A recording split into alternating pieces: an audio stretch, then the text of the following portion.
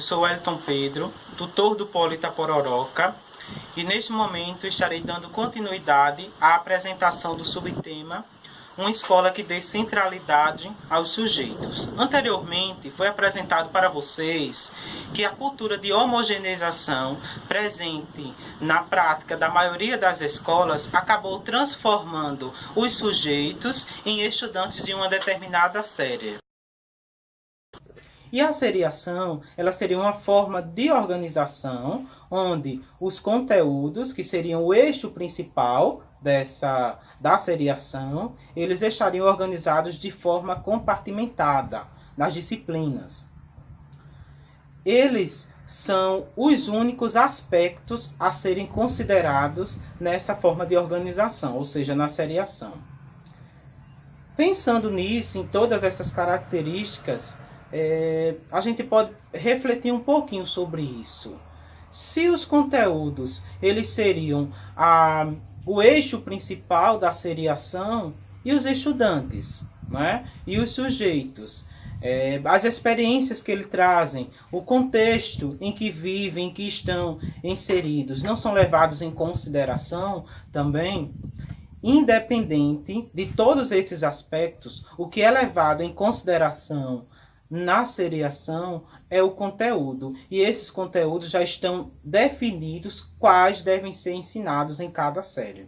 Além disso, outras características também são relevantes nesta forma de organização. E uma delas é o currículo, onde o currículo ele é pensado, certo? E ele preza principalmente os conhecimentos globais.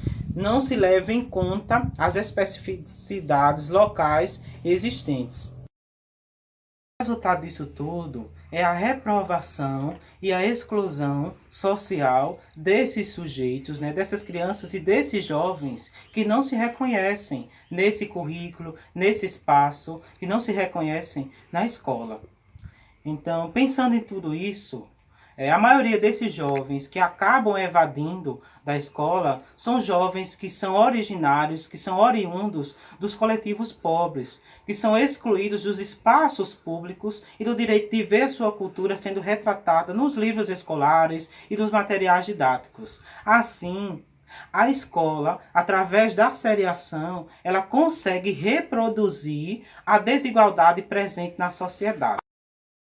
A partir dos movimentos sociais, da luta dos movimentos sociais, que essa história ela começou a mudar. A partir da década de 90, quando começaram a surgir uma série de experiências que acabaram rompendo com este modelo de seriação. A institucionalização dessas práticas, chamadas práticas exitosas, para todos aqueles que dela participaram. Talvez um dos maiores desafios tenha sido a implantação dos ciclos de formação humana, pois com eles houve a inversão da centralidade da escola, onde o estudante e não mais os conteúdos, eles passaram a ser o centro da organização escolar.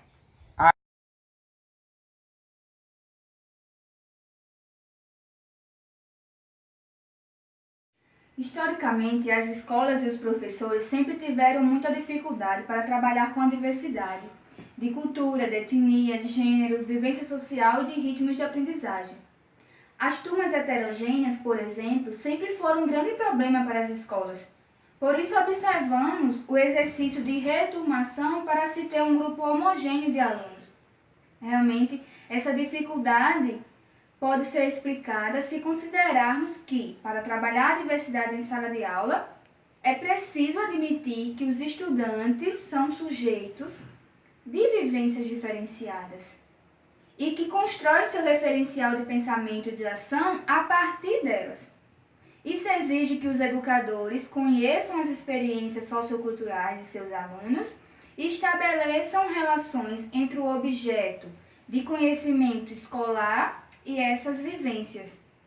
Tarefa bastante diferente da tradicional responsabilidade de apenas transmitir o conteúdo, desconsiderando o que o sujeito aprende.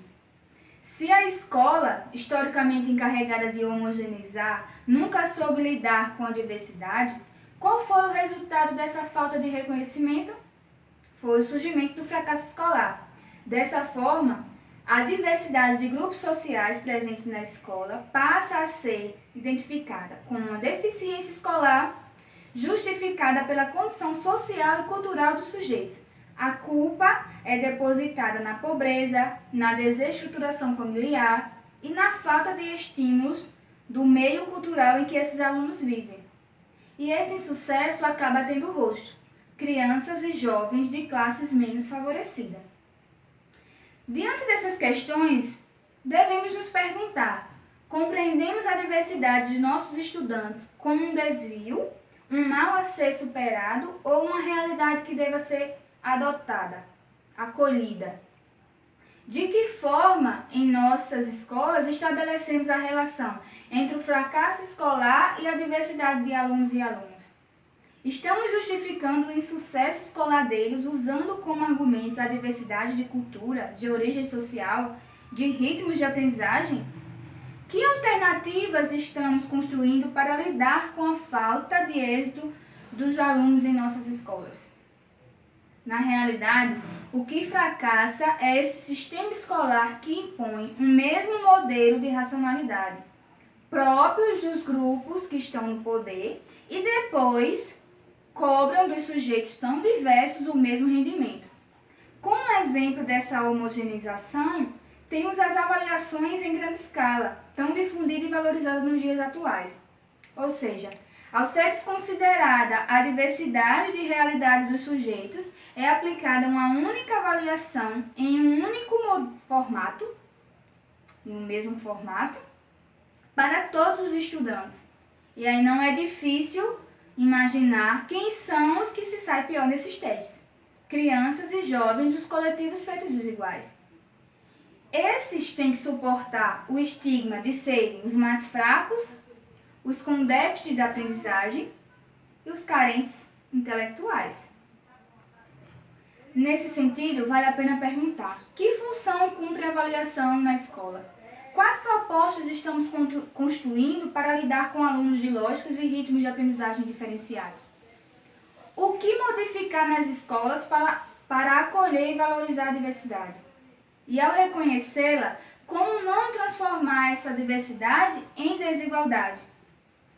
Acolher a diversidade de seus estudantes e transformá-la em vantagem pedagógica, ampliando o repertório linguístico e cultural de todos, a partir de um rico processo de troca e interação, contribui para que a história única contada sobre a ótica dos dominadores vá perdendo espaço para que as múltiplas histórias da resistência de populações excluídas, histórico e socialmente, possam ser reconhecidas e divulgadas.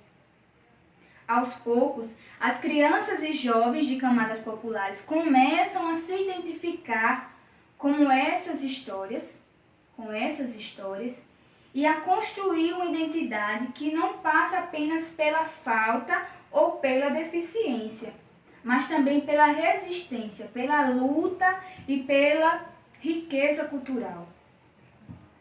A escola, dessa forma, garante o direito dessas crianças e desses jovens de reconhecer suas próprias histórias, de se sentirem orgulhosos por fazerem parte de um coletivo que, mesmo sendo explorado e oprimido, nunca deixou de lutar para conquistar sua cidadania. E atentar para a diversidade dos sujeitos significa considerar também que a escola não é um mundo à parte, mas integra um bairro, uma cidade, e esta, por sua vez, é carregada de muitas e variadas histórias.